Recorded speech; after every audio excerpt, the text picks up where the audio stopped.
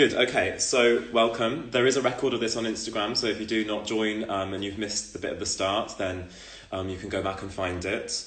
I'm going to introduce, because we're quite short on time, I'm going to introduce myself, why I wanted to do an Instagram Live on eating disorders, and then take a few questions.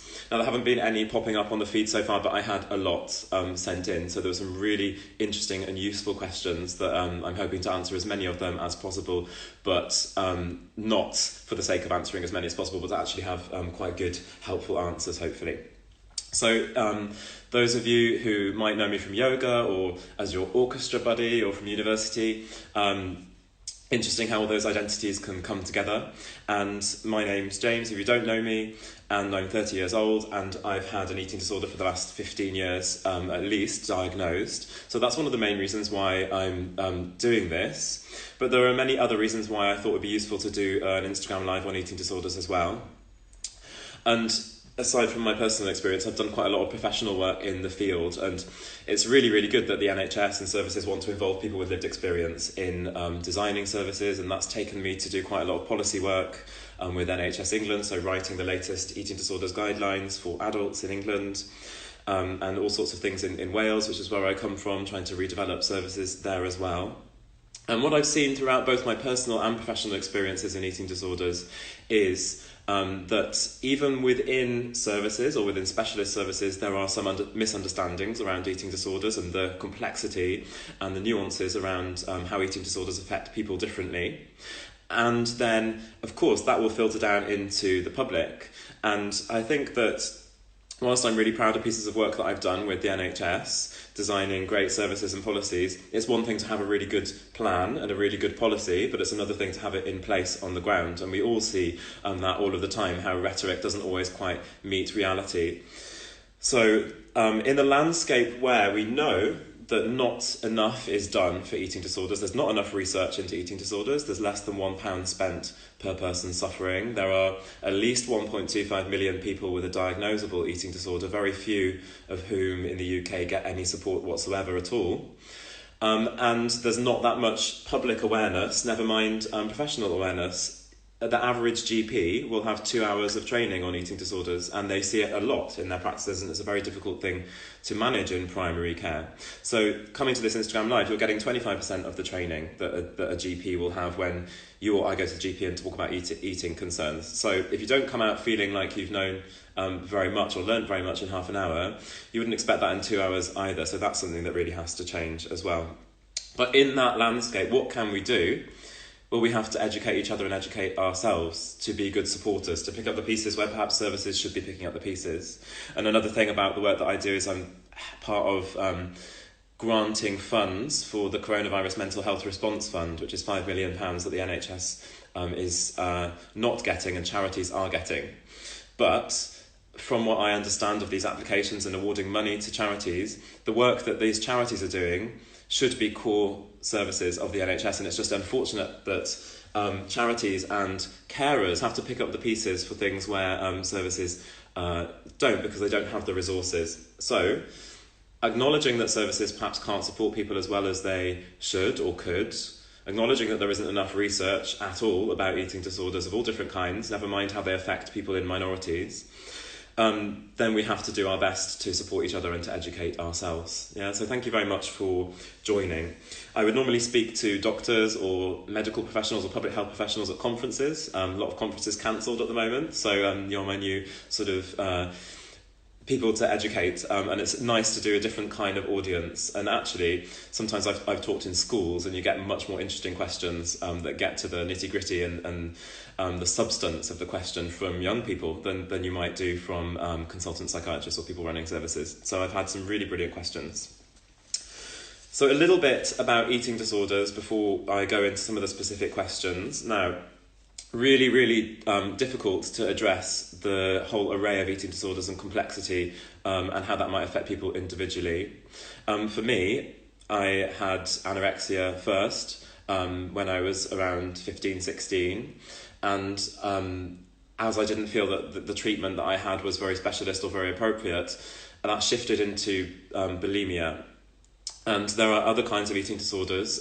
Binge eating disorder is probably the most notable one in terms of prevalence, but then eating disorders not otherwise specified, or things that don't fit into those three categories of anorexia, bulimia, and binge eating disorder. Now, we often think eating disorders anorexia.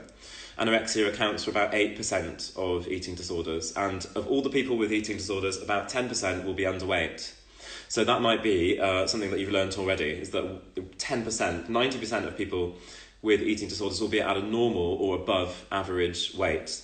So these ideas that we might have in society, they also perpetuate in services, and anorexia does have the highest mortality of all mental health problems, of all psychiatric problems, the highest likelihood of death because of the physical complications, and therefore it gets more priority. But that doesn't mean that all the other kinds of conditions don't need treating as well. But when there's such a limited pot, it means that, okay, so if you have very severe anorexia, you might be able to access support, hopefully before it's too late or there's too much long-term damage. But if that's not your profile, then you might find it much more difficult to access services. I said there are about 1.25 at least million people in the UK who struggle with eating disorders, and hospital admissions for eating disorders are they're increasing at quite a rapid rate. And we've noticed, there was a question already about how is lockdown affecting things. We've noticed an increase in admissions for eating disorders for people who might normally be able to manage their condition in the community, not necessarily being able to access that support at home and having to go into hospital. So that breakdown of conditions, anorexia around 8 to 10%, bulimia nervosa around 20%, binge eating disorder a little higher than 20%, and then all the rest fits into something that's not fitting into one of those categories, unspecified, and that's at least 50% of eating disorders.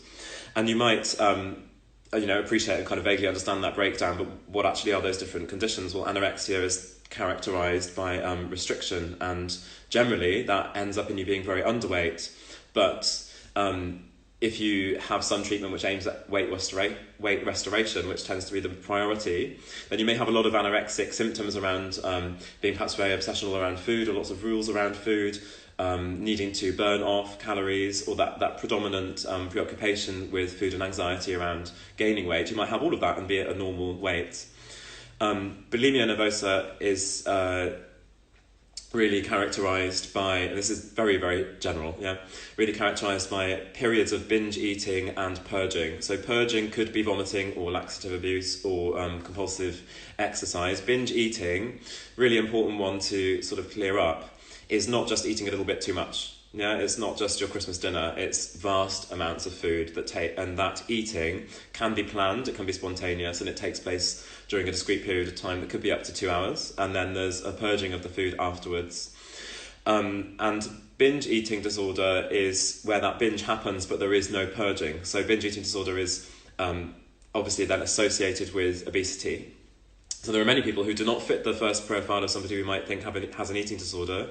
They're actually overweight, and so that's something to really bear in mind when you think about that. You can also have the binging and purging going on with anorexia, which was my case, that I was binging and purging whilst at a very, very low weight. So you can see that the distinction between anorexia and bulimia, with a binge purging kind of behaviour going on, is purely based on the weight. You get to a certain low weight and it's anorexia with binging and purging. Your weight goes to a certain threshold and it's bulimia nervosa. So that's a sort of overarching picture of the kinds of symptoms that are associated with eating disorders, and they're caused for lots of different reasons. So I can't say that there's a specific cause. There's an interesting study at King's College on the genetics of eating disorders, which you could sign up for if you have any experience of your own. It's the EDGI study at King's.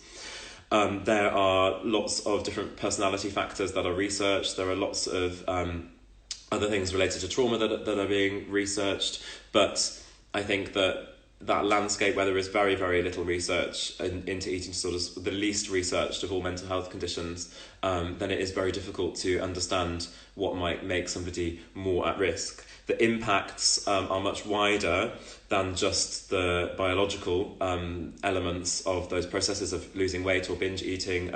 Though those can be extremely dangerous, they're not the only thing to focus on. And I think that services tend to really focus on, okay, this is a physical risk. We know how to deal with that. There's plenty of papers about what to do with low potassium. There's a lot about blood glucose variations and things like that to treat, and then we can rush in and fix that. But what about the psychological impacts of that? The fact that it's actually very traumatizing in itself to binge eat or to vomit, or the experience of losing weight and really getting to a perilous state with your weight, which something happened to me, can be very traumatic in itself, psychologically, never mind physically. Debt is another side effect coming in from my mum there. My experience is that with bulimia, I have so well rehearsed that process and so invested in that process with my time and my energy that actually that's reflected in the amount of money that I spend on it, because I'm talking about large amounts of food. And it might not be the most helpful thing for some people to hear on here, but it's actually quite a useful way to illustrate it, that I once added up all of the calories that were in a binge that I had, and it totaled 30,000 calories, which is what I should eat in 10 days. Yeah, and that's in one binging episode. So it's not just having a little bit too much. It's not, binge eating is that I binged on that and I finished the whole packet of biscuits. It's multiple packets of biscuits or whatever else it might be. And then there's the social impact as well. So eating disorders are... they can be very, very dominating of your life. They can come in all kinds of different forms. They can be quite mild. But the part where it becomes a disorder is quite interesting, because we all have experience of disordered eating. I can probably guarantee that everyone who's tuned in now has an experience of disordered eating from time to time, that things are not quite as organised as you'd like them to be. You might end up skipping a meal, you might end up having what you might think is a bit too much here and there, and it sort of works out over time to sustain you as reasonably as possible, and it doesn't cause you too much distress. Then there are others of us who find that becomes a problem in our functioning, and it impacts day-to-day life to the point that you might organise your whole day around it, and that you're finding some kind of order in that disorder, and then it can really cause problems socially, or functioning in work, or taking up so many hours of your day per day that it has real impact in that sense as well. So I've been through quite a bit around what are eating disorders. They're very complicated. They are diagnosable mental health problems, but the systems that we have to diagnose those problems aren't perfect at all. And we all experience a relationship with food, eating, our body image, our weight and our shape, our self-perception. We all actually have things that are very relatable to people who might have eating disorders. So you might think, I don't know anything about eating disorders, but you know what it's like to have a relationship with food. You know what it's like for that to be a bit disordered. You might be able to imagine what it's like for somebody to really, really struggle with that. So that's where the sort of empathy kicks in, rather than thinking, okay, this is not in my sphere of knowledge. Well, you know what it's like to be a human being in a body. You might have difficulties in your relationship with your body in all kinds of different ways. So these are all components that might play into people's eating disorders. But one of the main things I would say about if you're meeting somebody with an eating disorder, or you suspect somebody has an eating disorder, lots of really interesting questions, is not to assume. So it's not to go, first of all, to a website and look it all up. Well, it might be to do that first of all, but it's not that you're using that as your source information rather than the person themselves, because yes, there are general models of sort of phenomena that cluster into categories that are diagnoses, but that plays out so differently individually. And I've only had to, notice that from my own experience, that being a male in eating disorder services, that's not really reflected in some of the ways in which eating disorders are categorised. And it always used to be one of the main ways to classify if someone had anorexia is if their period stopped. So there are so many ways in which it doesn't capture the individual experience. And so if you're trying to support somebody, it's really about listening to what it's like for them. Hopefully that whistle-stop tour, you're now sort of 15 minutes of eating disorders training. You're getting there to being a GP in your terms of your level of knowledge. Hopefully that helps. I'm going to move on to a couple of questions. There are some really interesting questions coming in there, and that's a really good point about how eating disorders can be coping mechanisms for other things, and that I think is really worth bringing up, because eating disorders are obviously problematic and unhelpful behaviours. And I mean, we all tend to do things that are unhelpful for us from time to time. You can be told as many times as you like that smoking is not good for you, but you might really struggle to give it up. Eating disorders, the behaviours that are involved in them are there for a reason. They're not just even though there are interesting genetic components that might predispose you to develop an eating disorder, it's not something that's inherent in you that you have an eating disorder and therefore these things happen to you. They happen for reasons, and they're very, very complicated. For me, it's been about a way of relating to or coping with the world, a world that has sometimes felt very, very threatening. I developed behaviours that would perhaps shield me from feeling some of those difficult feelings. And then if you do take those behaviours away, which treatment often aims to do, or if you're trying to help somebody, you might think, just stop doing that, I'll help you to stop doing that. Well, actually disarming somebody of those behaviours leaves them more exposed to the thing that they're actually trying to use them to cope with. So it's a maladaptation rather than a positive adaptation to perhaps distress or difficulty in life, difficulty in interrelationship with other people or relationship with oneself, relationship to the world. But I think that you have to really recognise that it's dysfunctional, but there's a functional part of it. Yeah. So I know for sure that when I went into treatment and they said you have to stop using those behaviours and they took them away through sort of behavioural monitoring and that kind of stuff, that I felt a lot worse and a lot more at risk. And an eating disorder is very, very powerful and very, very effective at what it does, which is why they sustain themselves for a very long period of time. They generally have a duration of sort of, I looked it up earlier, of around up to 8 years, I think, before somebody might end up recovering, whatever that sort of looks like for them. In anorexia, around 46% of people recover, a third improve, the rest have an enduring illness. In bulimia, similar recovery rate, slightly more people end up living with bulimia for a longer period of time. I'm not sure about binge eating disorder, but it's really actually something that's going to be as powerful as an eating disorder in coping with difficult emotions. It's got to be pretty good. Yeah, I think that to replace my binge eating behaviour, which still happens now, binging and purging, to replace that as a very effective way to discharge anxiety, a very effective way to cope with emotions without having to bring them up to other people, replacing that requires a whole armoury of different behaviours, of techniques, of different skills, of being able to reach out to other people for support, to not have to cope with things on your own.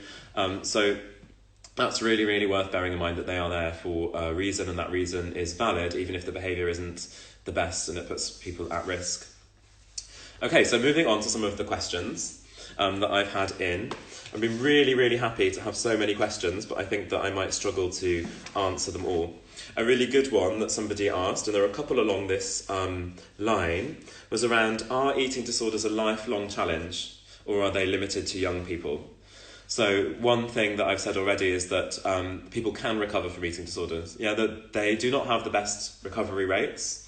In terms of work that I've done at the Royal College of Psychiatrists looking at complex data, we don't really know what works, actually, to help people with eating disorders. It tends to be good therapists and perhaps combinations with medication, but not necessarily specific therapies. It really varies from person to person, but it tends to be that therapeutic relationship that is the vehicle for change rather than the specific sort of behaviours being asked or the specific intervention. Recovery is absolutely possible, and that is something that we really, really have to remember. That's a brilliant point, Lorna, because I think it was about 5 years of me struggling with anorexia before I heard somebody say recovery is possible.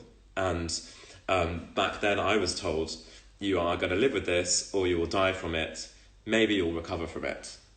And it's really important to say that recovery is possible. Yes, there's this bleak sort of picture that I've painted of services find it really difficult to cope, and that's just being realistic. But there are ways to recover, and it's really about the support. It's not necessarily about your individual fight, although your own strength is important too. So there are statistics that say eating disorders are more prevalent among young people, and the sort of 2/3 of people will have signs or a diagnosis of their eating disorder before the age of 16. But we're also seeing that eating disorders are occurring more and more in older people and people of all different ages. So it's definitely not that stereotypical image.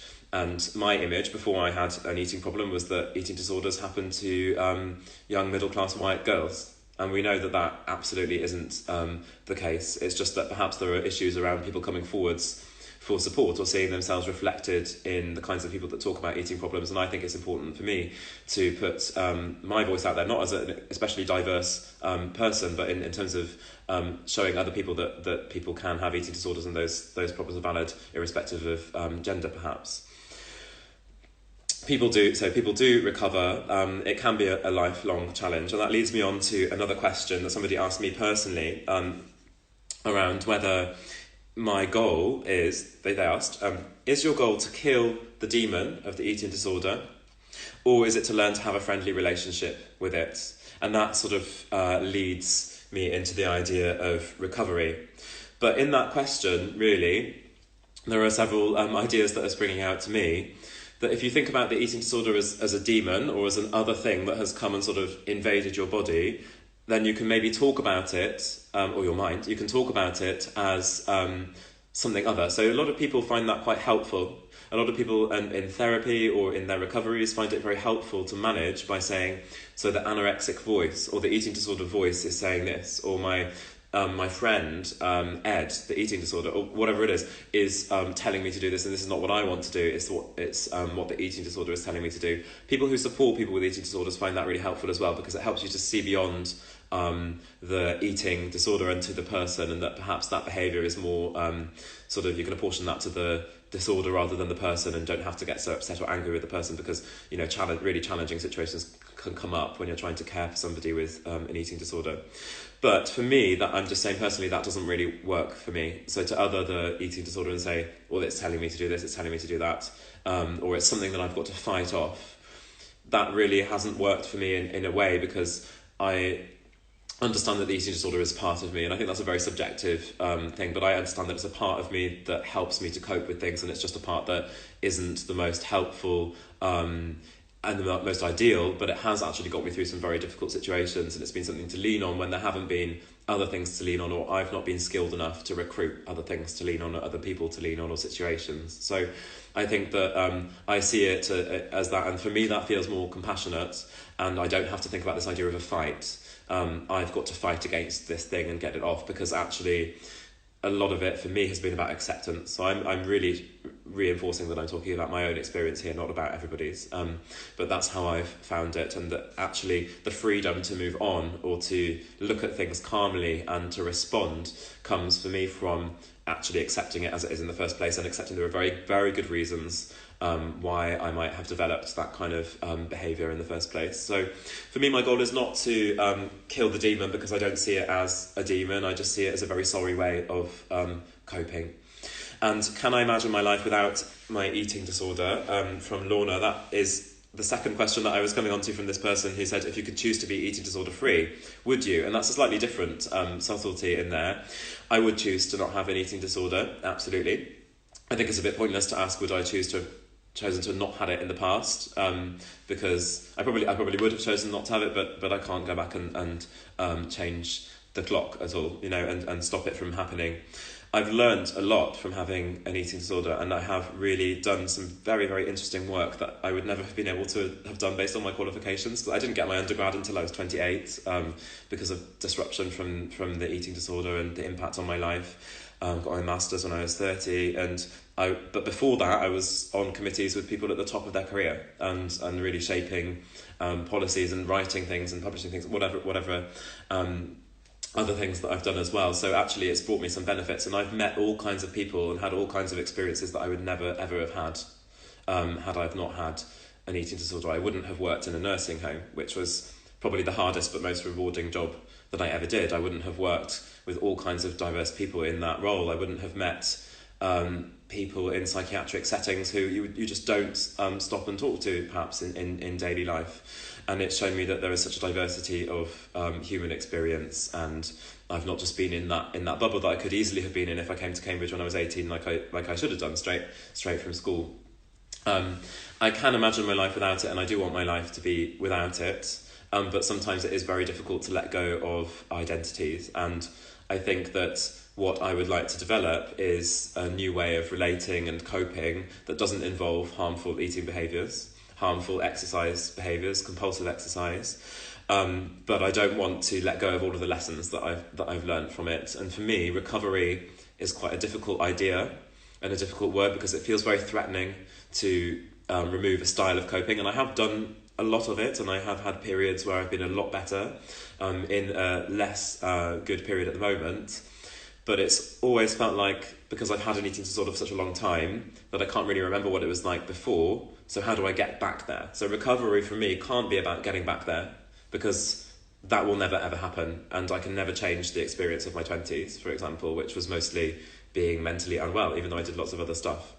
So it's actually about discovering how to be in new ways. So for me, discovery is my favourite way of saying recovery, because it's not about going back to a state of feeling well, because perhaps I can't remember it. My life is so different now, and it's not about recovering from a bad place as a rejection of something negative, as like fighting off the demon. It's about discovering a whole new way of being and relating that doesn't involve relying on that. So for me, that's more exciting, and that's more inspirational for myself. Some other questions that have come up. I've answered the one from Matt about when mine sort of started. Thomas asked me, how do I find it discussing food and meals now, sort of day to day? And that's, I suppose, a personal question, but it leads on to some other questions. I don't mind it, really. I find that I have to do quite a lot of planning around food, and that's especially important during the lockdown, which is another question that came up earlier, and that structure is sometimes something that you need to lean on, even if you do want to be free and easy and impulsive about what you eat. And there's a lot out there about intuitive eating at the moment, and how that might be the way to really tune into the body from experiences, or recovering from experiences like eating disorders, which tend to alienate you from your body, or a rejection of the body. And that's lovely, but it can be quite difficult to manage if you're needing structure to make sure that you get enough food in, or that it's in enough sort of regular quantities. And yes, listening to yourself is part of that. So it's a bit of a combination of both, perhaps. And somebody also asked me about how would you support someone who you think might have an eating disorder, and that kind of relates, because you might naturally want to ask questions about food and how can I help you to eat, or whether you know that they have one or whether you suspect that they have one. Those are quite different questions, perhaps, but something that I might not be able to go into in too much detail. But I would say that whether or not somebody has an eating disorder, or whether or not you think somebody has an eating disorder, you can still be a good friend. And perhaps you don't have to talk about food all of the time. And maybe for somebody who's really struggling with eating problems, that's all that seems to be in front of them, and it might be really difficult for them to see outside of that in that moment. It could be about trying to encourage them to see that there's something else other than food and eating, which can completely dominate your entire life when you experience an eating disorder. But there is more to somebody than their eating problem, and they might be really fed up of being just seen as a number on a scale, or weight to gain, or behaviour to stop. So it could be great to just talk about other things, and even if they seem trivial compared to what might look like a life or death situation for them. That's another interesting example that somebody sent me earlier. Actually, somebody might want a break and to talk about something trivial, or to listen to somebody else talking about their life. I'd say being non-confrontational is really, really important. And it's that thing of, you're going to be wrestling somebody's armour off them if you're trying to encourage them to not use their eating disorder behaviour. So you might be reasonable to expect a difficult response, to expect a pushback against that, because it can feel very, very threatening. So I would try to always dissipate any sense of blame. Maybe they're accustomed to using this thing of othering the eating disorder, or using the eating disorder voice, and try and respond to what they like to do to cope. But really ask questions, because you can't assume what they're going through. You can't assume that that's their diagnosis, therefore it fits what the Beat Eating Disorders website says. It might be a completely unique presentation for them, and it will be, because they'll be a unique person with a unique set of circumstances. So really asking questions and taking time to listen before any sign of wanting to jump in or to change things. Because to be open about your problems, whatever it is, really requires vulnerability. And what often is needed in that situation is it just to be held, to be sat with, to be noticed, and to be acknowledged as being real. And that has to happen before anybody's going to trust that you could help them with it. Or if you suddenly rush in to try and either cover it up, or to take it away, or to fix it, then that isn't going to instill a sense of trust, possibly, and it's really not perhaps what somebody actually wants, which is first of all to be listened to. I think that, as Caroline says, it's something to do with being able to sit with somebody else's pain and not be afraid of it, not to shy away from it, not to think of it as distasteful, but to show them that actually, and this is something they might really fear, that they are an acceptable and lovable human being, including their eating disorder, including their pain, including their joy, and that there are more things to them than just the pain. So I think that is a really important message. Loads of other really, really interesting questions. The last one that I'm going to end on is one that might be a little bit more relatable, so that we can all... I'll have to press my camera again. So that we can all end on something that sort of brings it back to perhaps how we all live our day-to-day lives. And I had a really interesting question from Alex around how does the way we process, distribute and market food contribute to the challenge of eating disorders? So this question, I think, isn't just about eating disorders, it's about how does, we only just have to think, how does the way that food is processed, distributed and sold to us and available to us, how does that affect our relationship with food and eating and body image and weight and shape and all of those things? That is something that affects all of us, whether there's an eating disorder or not. It just can be that if somebody's got an existing difficulty with food and eating, that these things might play out on a bigger scale for them. It's sort of like they're more finely tuned to these things in the social world, in our world, where we have shops and we have food and we have advertising, we have diet culture, and therefore that they're going to be picked up at a higher frequency and have more of an impact on somebody's life. That's one metaphor to explain that. We all know that we are exposed to advertising all of the time around food and amongst other things. And when you see a picture of a delicious looking plate of food, probably Marks and Spencer's with that slow kind of Nigella Lawson voice, it makes you salivate, and that's not just the voice. Yeah, it's the food and it's all the dripping and all of that stuff. Yeah, and you have a physiological response in your body that you didn't ask for. So for me, that's a little bit of a violation because something's happening in my body that I didn't ask to happen, and it's because I've been exposed to it. So there might be something there around not exposing yourself to these things, and whether that's around the food that's prompting the physiological response, or the loads of ripped six-pack abs and exercise videos on Instagram that is provoking a physiological response of shame or comparison or whatever it is. There might be something around not exposing yourself to that. There might be something around the way that we regulate advertising of food, and it might, obviously you want your product to look appealing, but it might be stuff around what messaging is around that, what's associated with the different kinds of foods that people eat. There's a greenwash around veganism and certain foods are more ethical to eat. That's probably an absolute thing, but there's loads of mixed messages around fat, sugar. It's an ever-changing message around what thing we can eat, what thing we can't eat.